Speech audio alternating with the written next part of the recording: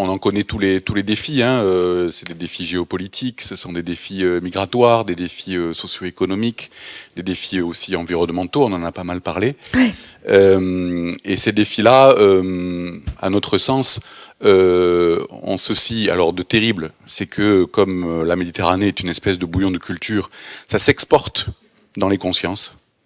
On le voit dans une ville comme Marseille, c'est-à-dire des conflits auxquels on n'est pas en prise directe, je pense aux conflits israélo-palestiniens, se retrouvent dans notre jeunesse et dans les consciences que nous pouvons rencontrer.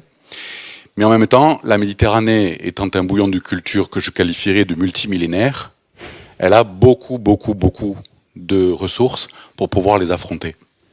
Et c'est ce qui a présidé à cette initiative des rencontres méditerranéennes. Ça vient d'Italie en fait. Il y a eu une première rencontre d'évêques à Bari en 2020, qui s'est suivie d'une rencontre là aussi d'évêques et de maires. C'est très important ça. À Florence, parce que on pense qu'en Méditerranée, je dis ça avec prudence, mais les États sont plus ceux par qui les solutions peuvent arriver. En revanche, au niveau des villes, des collectivités publiques et des associations, oui. Donc il y a eu cette rencontre avec des maires. Bon, il y a eu des problèmes politiques qui ont fait que ça s'est un peu mal terminé. Et puis là, l'originalité à Marseille, c'était justement de faire intervenir, vous l'avez dit, des jeunes. D'accord. Est-ce que vous avez ressenti que les désirs de ces jeunes, au-delà des différences de culture, au-delà des différences de religion, au-delà des différences de développement des pays d'origine, est-ce qu'ils ont les mêmes envies? Est-ce que vous avez ressenti ça?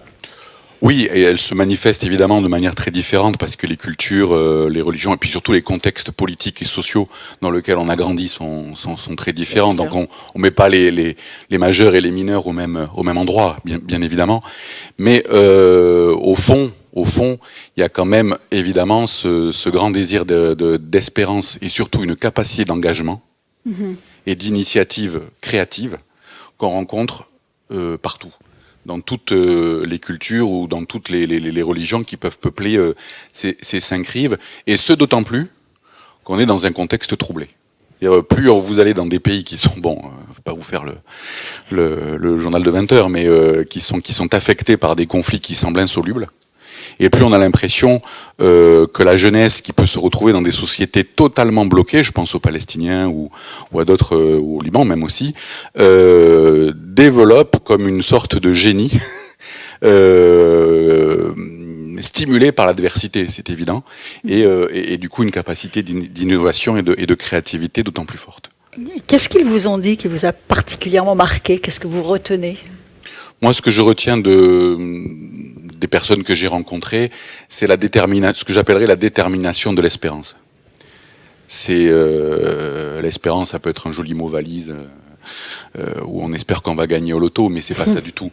L'espérance, c'est vraiment de savoir que dans l'être humain, malgré toutes les évidences, il y a quand même du bon, et c'est de prendre la décision de faire triompher ce bon. Voilà. Et là, j'ai senti chez beaucoup de jeunes cette détermination qui est en même temps un combat, que beaucoup de circonstances viennent évidemment démentir, mais qui pourtant est là. Et voilà, c'est ça que j'ai beaucoup vu. C'est une forme de courage qui est tout sauf naïf, mais qui nous permet de dire, le mal existe, la souffrance existe, les difficultés existent, on est tous bien placés pour le savoir, mais le bien aussi, bonté. Et il n'y a pas de raison que ce bien ait au moins moins d'influence que ce mal, même si bien sûr on le remarque moins facilement.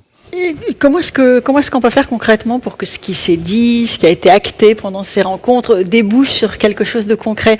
Vous disiez les États, on attend peut-être davantage des régions, des villes que des États. Est-ce qu'il faut interpeller les gouvernants, les sociétés civiles? Par qui ça passe, la concrétisation? Moi je pense que ça passe d'abord évidemment par l'interpellation des sociétés civiles. Peut-être que je me trompe, je ne suis pas du tout un spécialiste de l'affaire, mais les gouvernants seront d'autant plus interpellés si les sociétés civiles bougent. Ouais. Voilà. Et là, effectivement, on a cette immense créativité des jeunes. Hein. Ces 70 jeunes dont vous parliez, ils ont été sélectionnés d'ailleurs, mais à raison de leur engagement, de leur intérêt pour ces problématiques méditerranéennes, à raison aussi de leur créativité dans des associations ou des entreprises ou des universités. Alors ça, c'est tout un trésor, je qualifierais de trésor qui existe, et donc, à mon avis, qu'il faut faire connaître. Ça, c'est la première chose très concrète, et qu'il faut développer par des initiatives à la fois de rencontres, de formation. On est en train de monter d'ailleurs un fonds de dotation pour y aider. Ça s'apprend, le dialogue, ça s'apprend aussi de parler avec quelqu'un avec lequel on est naturellement adversaire. Il y avait des jeunes qui venaient de tous les contextes. Hein. Je le rappelle, il y avait des Israéliens, des Arabes israéliens, des Palestiniens. Vous aviez des Chypriotes grecs avec des Chypriotes turcs. Vous aviez des Turcs avec des Arméniens. Enfin, j'en passe et des meilleurs.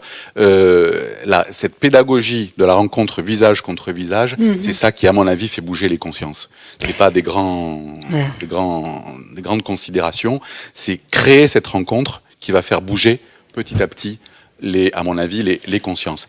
Et puis, j'ajoute qu'il y a aussi nécessité, notamment en Méditerranée où ça bouge tout le temps, d'avoir des mobilités choisies. Aujourd'hui, les gens quittent pour fuir. C'est ça qui se passe. Ils quittent pour fuir un contexte. Comment peuvent-ils partir pour choisir un avenir ? Et là, on a de beaux réseaux qui existent, c'est pas du tout original, mais de mobilité choisie, notamment du point de vue de la formation de la jeunesse, pour que notamment dans des sociétés tout à fait bloquées, eh bien un jeune puisse avoir la possibilité d'aller se former ailleurs, et en se formant fasse une expérience de dialogue interculturel et de découverte d'un autre contexte que le sien, et ait envie de rentrer chez lui pour porter là où il va se trouver, le génie de ce qu'il aura perçu, découvert et vécu. Très rapidement, je vais vous poser une dernière question.